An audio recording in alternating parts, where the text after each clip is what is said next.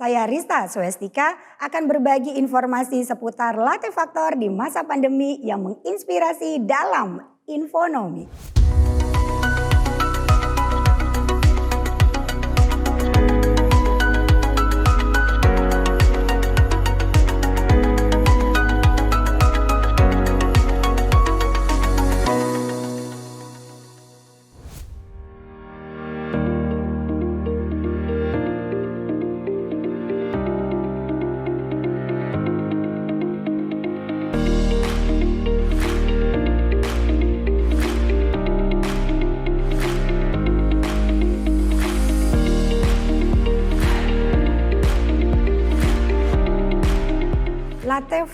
Latte factor ini tuh lagi marak banget dan terkenal banget di kalangan milenial saat ini.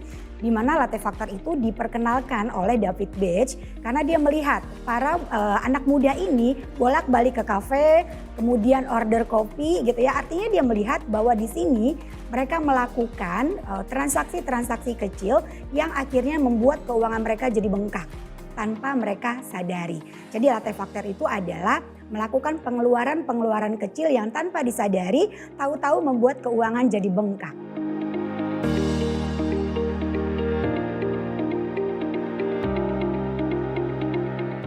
Yang termasuk dalam latte factor ini sudah pasti, latte itu kan dari sebuah kopi ya, sudah pasti nih. Yang suka ngopi mana? Oke, itu juga termasuk. Kemudian yang suka belanja-belanja misalnya seperti perintilan nih kalau kaum perempuan gitu ya. Beli misalnya seperti soft lens gitu. Kemudian udah punya make up, beli lagi make up. Udah punya baju warna merah, beli lagi warna merah gitu ya. Kemudian ATM kalau kita transfer antar bank itu kan juga ada biayanya. Dan itu juga termasuk dalam kategori latte factor tadi. Nah kemudian apalagi Riz yang termasuk dalam latte factor tadi?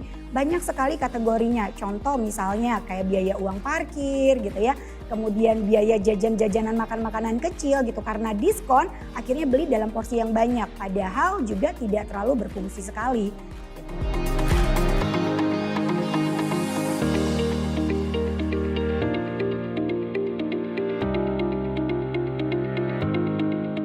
Nah kalau misalnya ngomongin tentang habit latte factor bukannya harus dihilangkan ya. Gak apa-apa kok kalau misalnya kita kepengen ngopi, kepengen jajan, kepengen beli A, B, dan C itu tidak masalah. Cuma yang mesti kita lakukan adalah tadi ketika kita punya pendapatan mesti dicek dulu. Berapa nih pendapatan kita, berapa pemasukan kita setiap bulannya. Kemudian kita harus tahu dulu dari pendapatan ini akan kita keluarkan kemana posnya. Berdasarkan skala prioritas, wajib, butuh, dan ingin. Jadi kewajiban dulu yang harus kita penuhin. Baru yang bersifat kebutuhan kita, baru bersifat keinginan. Nah artinya ketika kita memiliki budget misalnya, Riz aku pengen ngopi, boleh nggak? Boleh. Gitu ya, tapi udah dianggarkan dari awal. Contoh misalnya, aduh pendapatan aku tuh 5 juta tapi aku masih pengen ngopi nih setiap harinya. Oke, bisa nggak kalau ngopinya hanya 25.000? Tinggal dicari kopi-kopi mana nih yang memberikan harganya 25.000 atau misalnya diskon gitu ya. Ada momen-momen tertentu yang buy one get one yang artinya masih kita bisa ngopi. Jadi kebiasaan ini jangan langsung dihilangkan 100%. Kenapa? Karena kalau udah dihilangkan 100% artinya nanti merencanakan keuangan kok gini banget sih, nggak bisa ngapa-ngapain. Padahal ngopi aja, siapa tahu dengan ngopi kita dapat inspirasi, dapat ide gitu ya. Jadi nggak masalah, yang penting dibajetin dari awal. Kemudian lihat apakah memang pendapatan kita ini mampu kalau misalnya kita minum kopinya setiap hari. Atau misalnya jajannya setiap hari, nah itu kita hitung dulu. Gitu. Kalau misalnya memang ternyata pendapatan kita tidak cukup, berarti yuk ngopinya seminggu 2 kali bisa nggak? Gitu. Jadi jangan langsung dihilangkan. Boleh kok kita punya kebiasaan latte factor gitu ya. Tapi mesti dicek harus sesuai dengan pendapatan kita dan sudah sesuai dengan anggarannya kita yang kita buat setiap bulannya.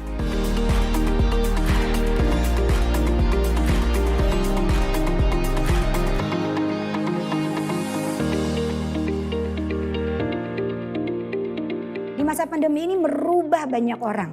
Yang biasanya kita datang ke mall, yang biasanya kita langsung ke kafe, yang biasanya kita langsung nongkrong ketemu temen gitu kan ya. Banyak sekali perubahannya. Sekarang semua dilakukan secara online. Bahkan para e-commerce di luar sana memberikan promosi yang gencar sekali untuk menarik kita untuk belanja. Boleh nggak sih belanja? Boleh. Nah kemudian apa aja nih yang biasanya dibeli dalam kondisi pandemi seperti ini? Sudah pasti makanan ya. Makanan itu kita sering banget, aduh ini ada diskon nih, oh di tempat ini ada diskon nih. Yang biasanya kita hanya cukup beli satu, tapi kalau beli satu kita nanti gak dapat diskon. Akhirnya kita beli dua gitu ya. Kemudian di tempat yang sebelah ada diskonnya bisa beli 3, lebih murah. Nah pengeluaran-pengeluaran ini juga bisa termasuk dalam rate factor sebenarnya. Oke, contoh nih kayak perempuan-perempuan, aduh kan gak bisa ke mall ya, gak bisa belanja, gak bisa lihat baju-baju, kemudian lihat gitu ya, scroll, iya ada baju lucu nih gitu. Padahal baju aku yang warna kuning yang kayak aku pakai udah ada, tapi aku beli lagi. Dan aku nggak tahu nih kapan aku mesti pakainya. Di tempat sebelah ada lagi, beli lagi. Nah ini juga termasuk gitu. Nah yang termasuk dengan latte factor yang gitu kan ya, yang menjadi perhatian kita adalah beli masker. Sebenarnya masker di rumah udah ada. Cuman karena ada yang jual, lucu ya kalau bisa disesuaikan dengan baju gitu kan ya, dengan jilbab gitu, dengan outfitnya OTD gitu ya. Nah itu juga bisa termasuk dengan latte factor gitu ya. Karena kita memang butuh masker tapi mesti lihat dulu. Kalau memang posnya sudah ada, kemudian memang kita juga udah punya, mau ngapain beli terus gitu ya. Nah kemudian apalagi sih, vitamin. Vitamin tuh banyak banget tawarannya, ada yang diskon, apalagi vitamin-vitamin yang dari luar negeri gitu kan ya. Banyak sekali dijual di online shop dan kita pengen beli. Padahal sebenarnya vitamin kita itu masih ada di dalam rumah gitu kan ya, masih ada tuh stoknya. Tapi karena ini masih murah nih kita beli aja deh gitu. Di sini lebih murah lagi kita beli deh gitu. Nah itu juga termasuk tuh. Ya, kemudian apalagi sih sebenarnya banyak banget yang merubah kebiasaan kita pada saat kondisi pandemi seperti ini.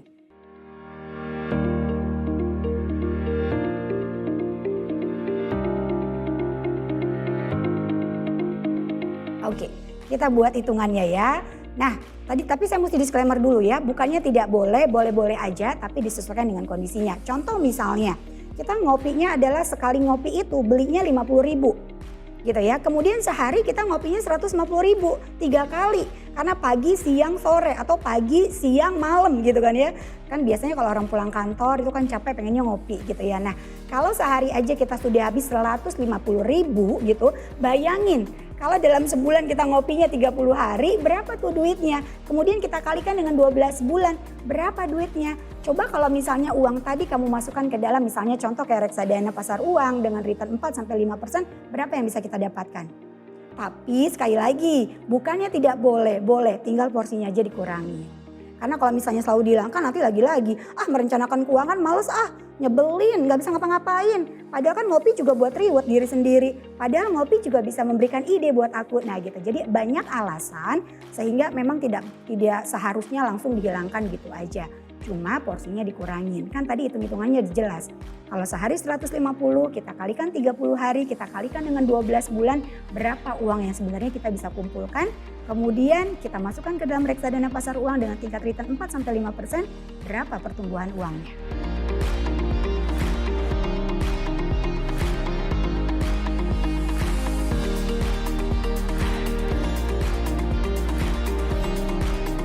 Agar tidak terjebak dalam kebiasaan yang bikin bangkrut. Saya rasa hampir semua orang juga pernah terjebak dalam kondisi ini gitu ya, cuman tanpa disadari aja. Ketika sadar uangnya udah nggak ada gitu ya, jadi kita tidak pernah menjudge bahwa perencana keuangan hanya berbicara tentang seperti itu aja, enggak ya. Karena saya juga dulu pernah gitu ya di posisi semua dibeli tapi kok uang tiba-tiba habis gitu kan ya. Nah gimana sih cara kita untuk menghindarinya? Yang pertama tadi kita harus punya namanya financial self awareness. Kita harus tahu bahwa mendapatkan uang itu tidak mudah. Kita mendapatkan uang itu dengan membarter tenaga, waktu, emosi gitu kan ya. Semuanya dengan sejumlah uang yang ditransfer ke rekening kita setiap bulannya. Kalau kita seorang karyawan, kalau kita seorang freelancer artinya kita membarter waktu kita 24 jam membuat konten dan lainnya hanya demi sejumlah uang juga. Nah artinya kita tumbuhkan bahwa kita mencari uang itu tidak mudah. Jadi harus tahu bagaimana uang ini kita kelola, kemudian bagaimana uang ini kita keluarkan. Ya itu dulu yang pertama. Nah kemudian kalau ngomongin tentang pengelolaan keuangan harus berdasarkan skala prioritas. Wajib, butuh, dan ingin. Kewajiban dulu yang kita keluarkan. Kemudian baru ngomongin tentang kebutuhan hidup, baru ngomongin tentang keinginan ya. Nah kemudian yang ketiga, apa yang harus kita lakukan lagi nih? Kalau misalnya memang keuangan kita terbatas tapi kita pengen juga ngopi dan lainnya. Dibuat menunya, anggarannya. Contoh, uang makan aku seminggu kayaknya sekali makan aku kalau di kantor 25.000 deh gitu ya. Artinya kalau ditambah kopi bisa 50.000 sehari gitu. Oke. Nah kemudian dalam seminggu itu kita mau ngopinya berapa kali? Apakah seminggu itu kita mau ngopinya hanya 2 kali atau hanya 3 kali? Artinya kan hanya 150.000 misalnya. Kalau tadi sekali ngopinya 50.000, makan siangnya 25.000, artinya sehari 30.000. Nah ini kita cek apakah dalam seminggu ini memang wah kayaknya gede banget nih. Kalau gede ya turunin lagi yuk gitu pelan-pelan. Jadi nggak langsung instan dihilangin, enggak. Tapi salah satu caranya adalah dengan membuat menu anggaran budgetingnya setiap minggu itu kemana nih uangnya. Contoh makan siangnya berapa, mau ngopinya berapa. Nah kemudian direview di akhir minggu.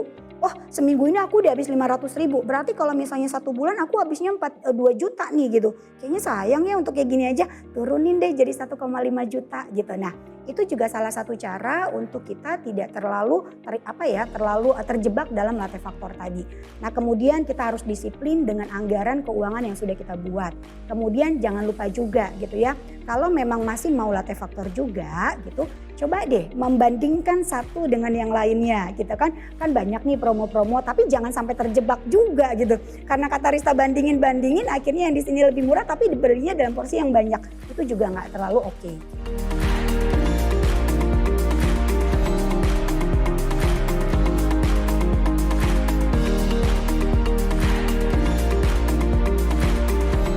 Oke, ini harus dibedain ya. Kalau latte factor itu adalah kebiasaan yang kita lakukan terus menerus nih gitu. Sedangkan self reward itu nggak terus menerus gitu ya. Beda nih, self reward itu biasanya kita membelinya dalam jumlah yang besar gitu ya. Tapi hanya satu waktu, tidak setiap hari.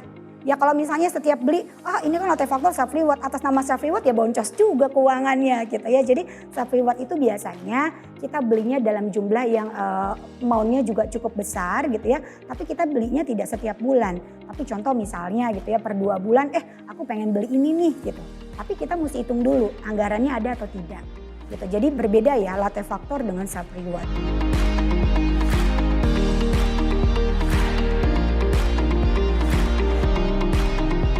Oke, kalau ngomongin challenge nih ya, kalau kita terjebak dalam posisi latte factor terus ngomongin financial freedom, kira-kira menurut teman-teman sendiri bakal terwujud nggak sih financial freedom kita?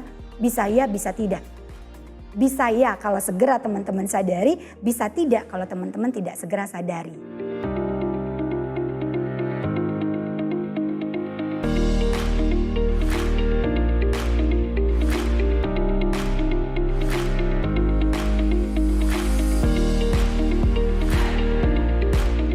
Yuk buat teman-teman semua, latte factor itu boleh. Tapi jangan sampai latte factor ini merusak tujuan keuangan kita. Baik tujuan keuangan jangka pendek, menengah maupun jangka panjang. Yuk atur uangnya, jangan sampai uang yang mengatur kehidupan kita.